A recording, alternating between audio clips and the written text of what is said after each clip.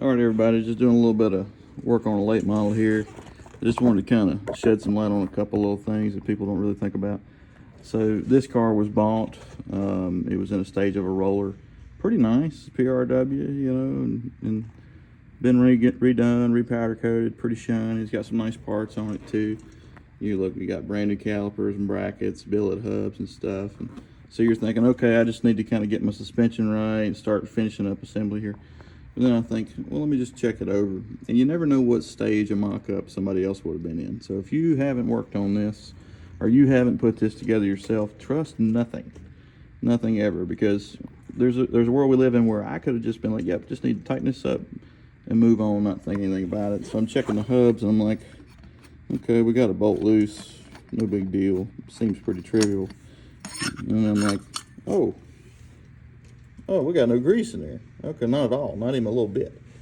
Well, okay. And then I'm like, oh, well, the hub nut's probably loose. No, it's not, it's tight. I'm like, that's weird. Okay. So, small crisis averted there. I thought, oh shit, that could have been a problem. So then I get to looking at the rest of it, and I'm like, yeah, I got some of the rotors are bolted together, and then I go, oh, we're missing a bolt.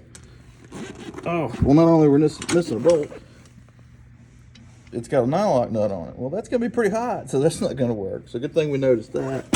And I'm like, okay, so we need to service the hubs. No big deal. Check all it out. Set the brakes up. And then I'm like, okay, what about my A-frames? And anybody would look at this and go, yep, ready to hang my spindle. No problem. Probably need to put a grease fitting in there.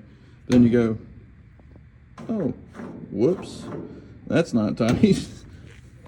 I mean, it's fine for mock-up, but you know, you need to, if you're going to be in this situation, you need to touch everything yourself. Make sure everything's torqued, everything's Loctited that needs to be, safety wired, stuff like that.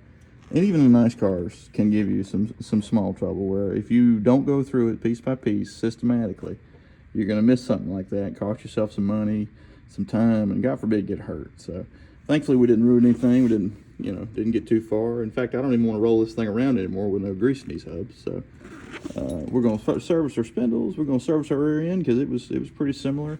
Get a few little parts here, and you know, go over it ourselves and make sure that if we're going to take responsibility for it and we're going to put it on a racetrack, that we've touched every little piece of it. So anyway, just a quick little tip, little thing I'm working on today. Just wanted to share it with you guys. Thanks.